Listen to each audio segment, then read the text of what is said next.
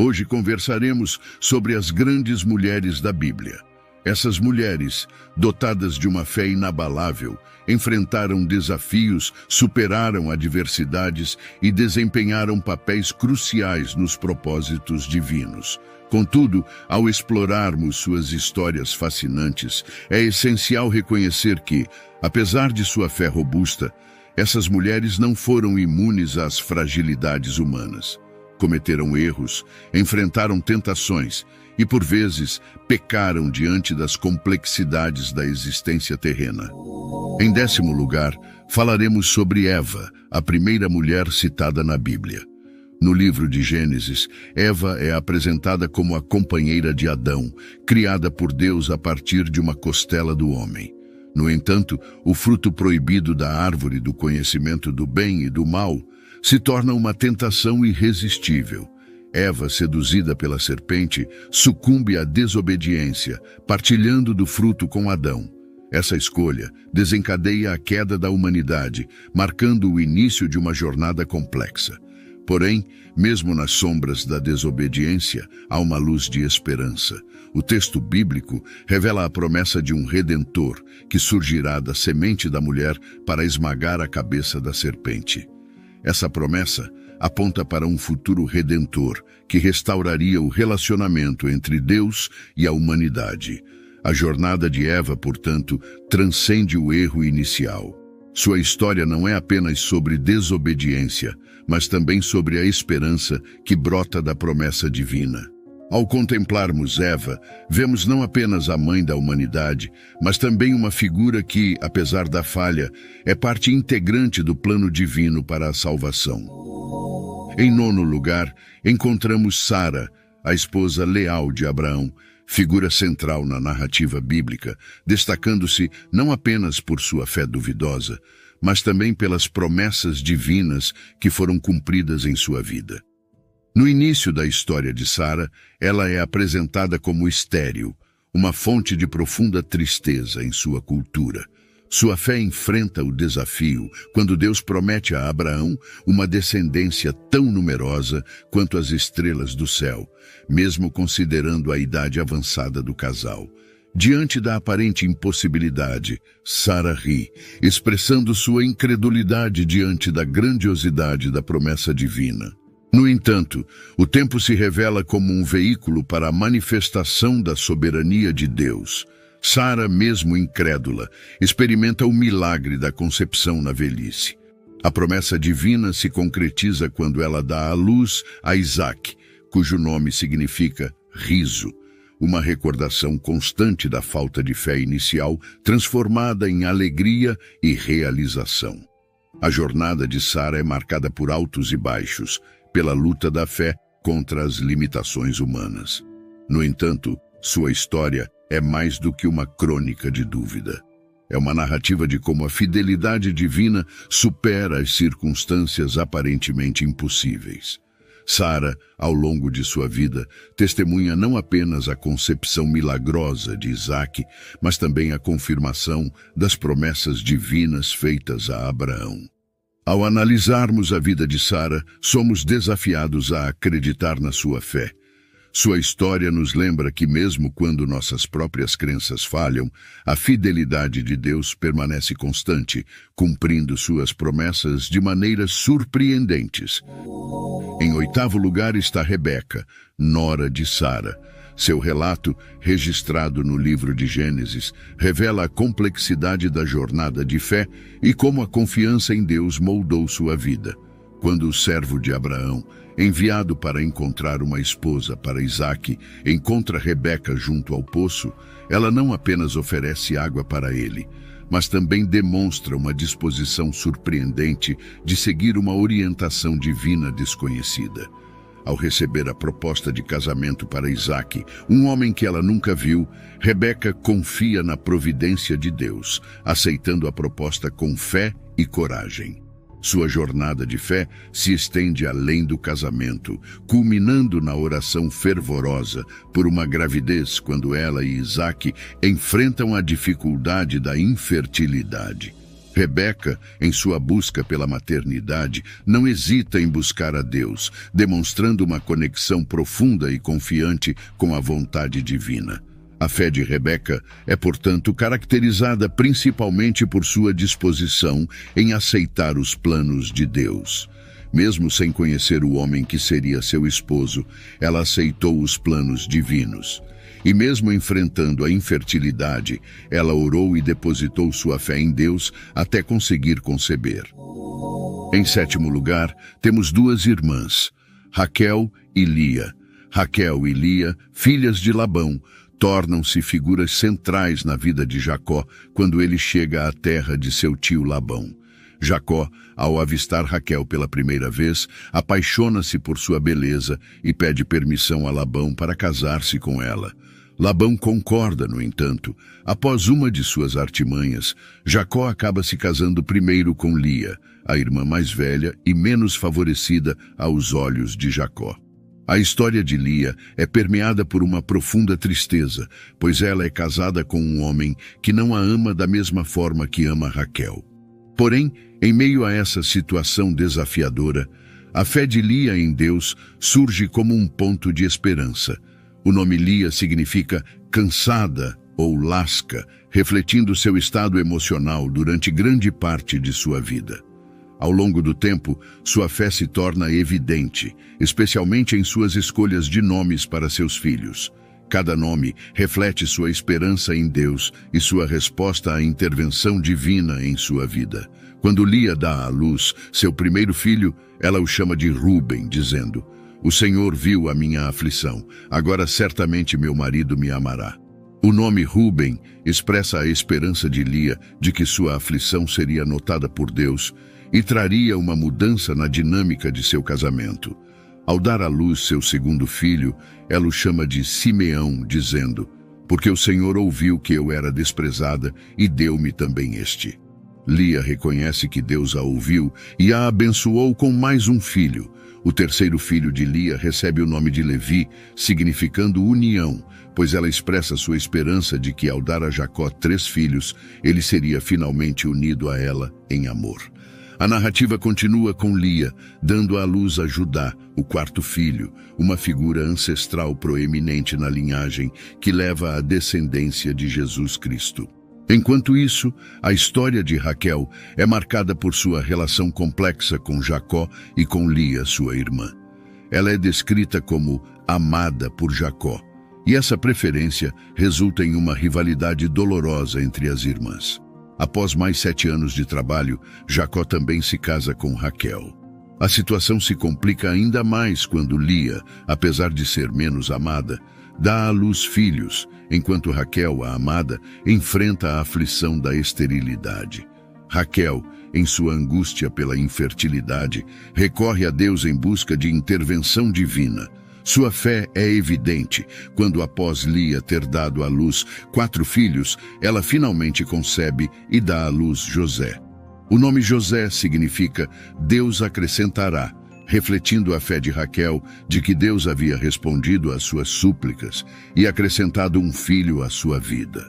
A narrativa destaca a profunda conexão entre Raquel e seu filho José, que se torna uma figura significativa na história de Israel. No entanto, a vida de Raquel é truncada por uma tragédia quando ela morre durante o parto de seu segundo filho, Benjamim. Sua morte prematura é um lembrete da fragilidade da vida, mas sua fé, mesmo em meio às dificuldades, é evidente na escolha de nomes para seus filhos. Em sexto lugar, temos Raabe, uma mulher cananeia, testemunha vívida da extraordinária fé que pode surgir mesmo em contextos inesperados. Raabe era uma prostituta que vivia em Jericó, uma cidade dominada pelos cananeus, cujos habitantes estavam cientes do poderoso Deus de Israel, que havia miraculosamente libertado os israelitas da escravidão no Egito. Quando os espiões israelitas foram enviados para reconhecer Jericó antes de invadi-la, Raabe os acolheu em sua casa e, por sua fé em Deus, escolheu ajudá-los. Ela revelou seu conhecimento sobre o Deus de Israel e expressou a convicção de que ele era o Deus nos céus e na terra. Raabe testemunhou o temor que havia caído sobre os habitantes de Jericó em face da iminente invasão israelita. Em reconhecimento à sua ajuda, os espiões israelitas prometeram proteção a Raabe e sua família quando Jericó fosse conquistada. Eles instruíram-na a amarrar um cordão escarlate na janela de sua casa como um sinal identificador para a salvação. Este cordão escarlate se tornaria um símbolo duradouro de sua fé e obediência. A conquista de Jericó, liderada por Josué, envolveu estratégias divinamente ordenadas. Os sacerdotes israelitas levaram a Arca da Aliança, e as muralhas da cidade caíram de forma milagrosa após 7 dias de marchas ao redor dela. No meio da destruição, a casa de Raabe permaneceu de pé, e ela e sua família foram preservadas conforme a promessa dos espiões. O papel da fé de Raabe vai além de sua própria salvação. Ela se torna parte da linhagem de Jesus Cristo, conforme mencionado nas genealogias encontradas no Novo Testamento. Mateus, capítulo 1, versículo 5, destaca que Salmão gerou Boaz de Raabe, e Boaz gerou Obed de Rute, evidenciando a inclusão de Raabe na linhagem messiânica. Em quinto lugar, temos Rute, uma narrativa cativante que destaca a lealdade inabalável e a confiança em Deus. Rute, inicialmente uma mulher moabita, casou-se com o filho de Noemi, uma israelita. Após a morte de seu marido e cunhado, Rute escolhe permanecer ao lado de Noemi, sua sogra, em um gesto notável de lealdade. Sua famosa declaração: "Não me instes para que te abandone e deixe de seguir-te, porque aonde quer que tu fores, irei eu, e onde quer que pousares, ali pousarei eu. O teu povo é o meu povo, o teu Deus é o meu Deus." Ressoa como um testemunho de lealdade e união. A decisão de Rute de acompanhar Noemi de volta a Belém revela não apenas uma lealdade filial, mas também uma confiança profunda em Deus. Viúva e estrangeira em uma terra estranha, Rute coloca sua confiança no Deus de Israel, demonstrando uma fé resiliente que transcende as fronteiras culturais. A história de Rute não é apenas sobre lealdade e fé, mas também sobre como suas escolhas resultaram em bênçãos inesperadas. Ao trabalhar nos campos de Boaz para prover sustento para ela e Noemi, Rute atrai a atenção do seu patrão.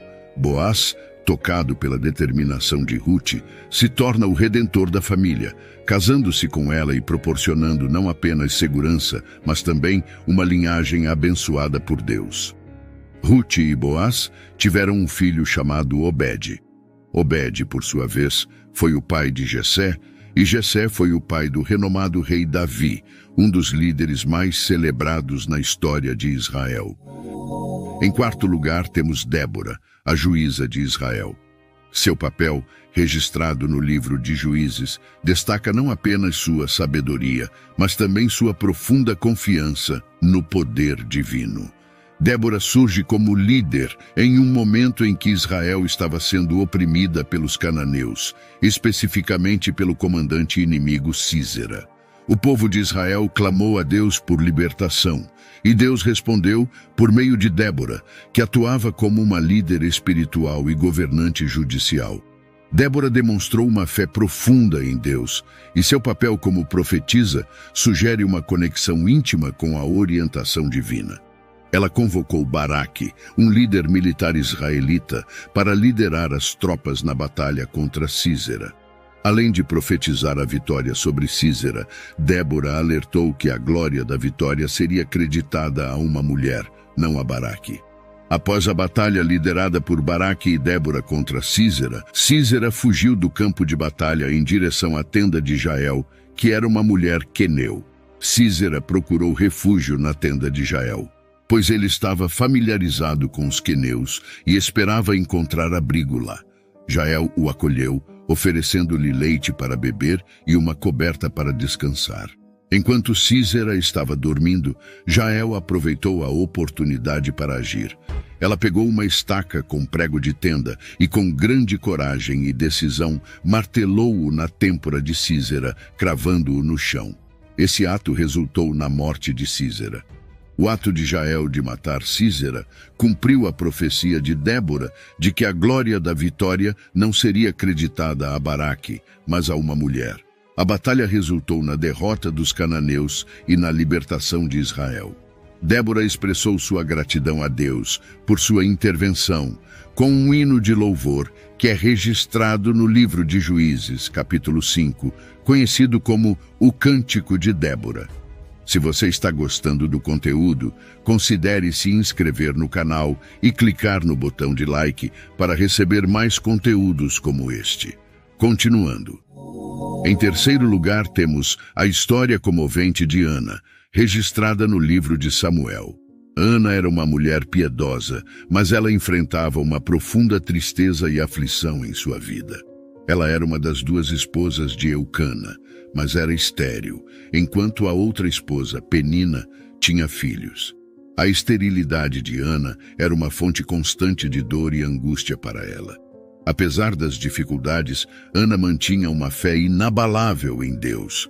Em um ato de devoção e busca por consolo, ela frequentemente ia ao templo do Senhor em Siló para orar.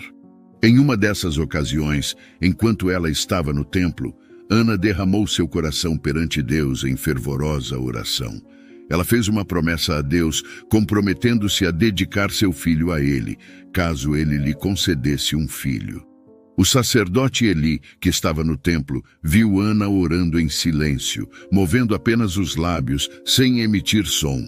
Inicialmente, Eli a repreendeu pensando que ela estava embriagada, mas Ana explicou que estava derramando sua alma diante do Senhor em angústia.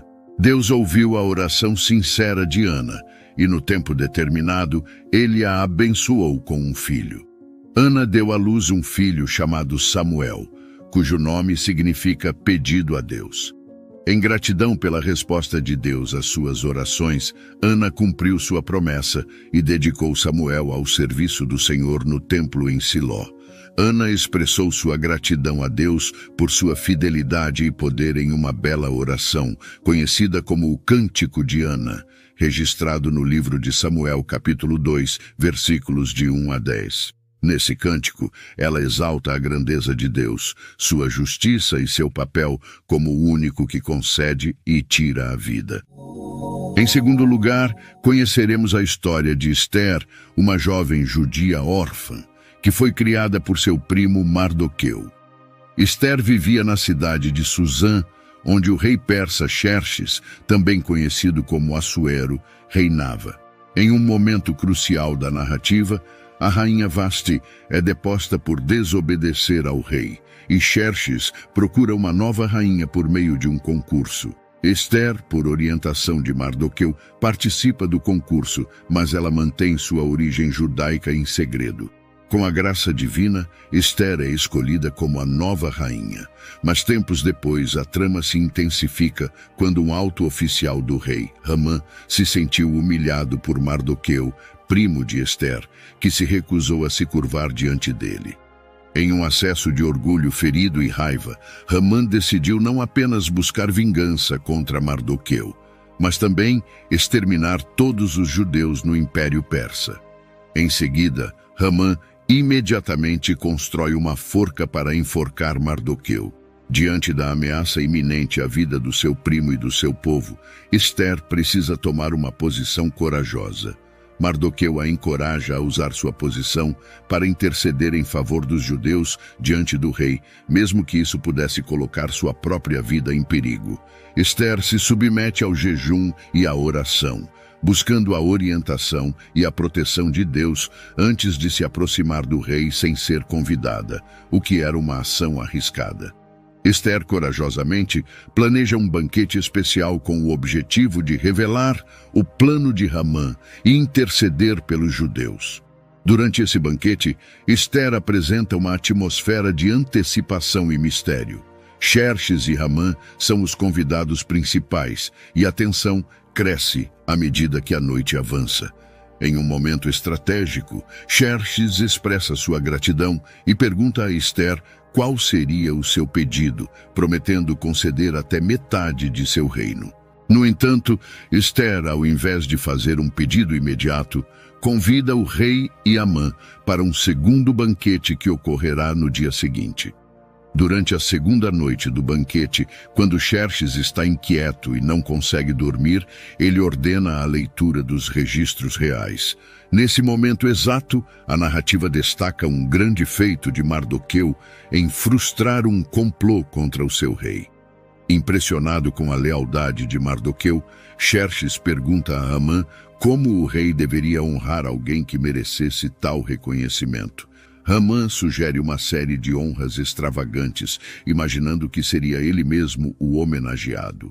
A ironia atinge seu ápice quando Xerxes ordena a Amã que realize todas essas honras para Mardoqueu, o verdadeiro merecedor. Amã, furioso, é forçado a conduzir Mardoqueu pelas ruas de Suzã, proclamando sua honra. A humilhação pública de Amã alcança seu clímax e a providência divina se revela de maneira notável. Finalmente, Esther corajosamente revela a Xerxes a trama de Amã e intercede em favor de seu povo. A revelação da maldade de Amã durante o banquete de Esther chocou o rei e contribuiu para a sua queda. Em momento crucial em que Amã estava suplicando pela misericórdia de sua rainha Esther, o rei Xerxes entrou e interpretou erroneamente a cena como uma afronta a Esther. Esse mal-entendido levou à sua ira, e Amã foi enforcado na forca que ele mesmo havia construído para Mardoqueu.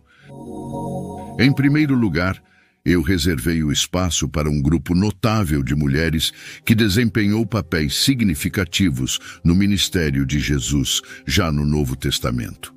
Entre elas, destacam-se Marta e Maria de Betânia. Marta é reconhecida por sua diligência e serviço prestados a Jesus, enquanto Maria de Betânia é lembrada por sua adoração profunda, ungindo os pés de Jesus com óleo. Ambas demonstram, à sua maneira, uma fé única que enriquece o entendimento do papel das mulheres no ministério de Jesus. Em seguida, Maria Madalena, mencionada como uma das seguidoras mais leais de Jesus. Sua fé é evidente na persistência em permanecer ao lado de Jesus, mesmo durante os momentos mais difíceis, incluindo a crucificação. Maria Madalena é honrada como a primeira testemunha da ressurreição, destacando a confiança que Jesus depositou nas mulheres para proclamar a mensagem transformadora da vitória sobre a morte. Por fim, Maria, mãe de Jesus, ocupa um lugar especial como a mulher escolhida por Deus para dar à luz o Salvador. Sua fé é evidente desde o momento em que o anjo Gabriel a informa sobre a concepção virginal. Seu cântico de louvor, conhecido como o Magnificat, revela sua compreensão profunda do significado do evento e sua prontidão para se submeter à vontade divina. Essas mulheres de fé não são apenas personagens bíblicas, são modelos atemporais cujas vidas continuam a inspirar e desafiar a fé nos dias atuais. A diversidade de experiências, personalidades e papéis desempenhados por essas mulheres destaca que a fé não conhece limites. Ela se manifesta na maternidade, na devoção, na prática diligente e na adoração profunda. Essa riqueza de expressões de fé convida-nos a apreciar a diversidade no corpo de Cristo e a reconhecer o valor intrínseco de cada indivíduo na jornada espiritual. Agora é com vocês. Quem mais deveria estar nessa lista? Ou você acha que alguma delas deveria ser excluída da lista? Deixe sua opinião nos comentários. Abraços e fiquem com Deus.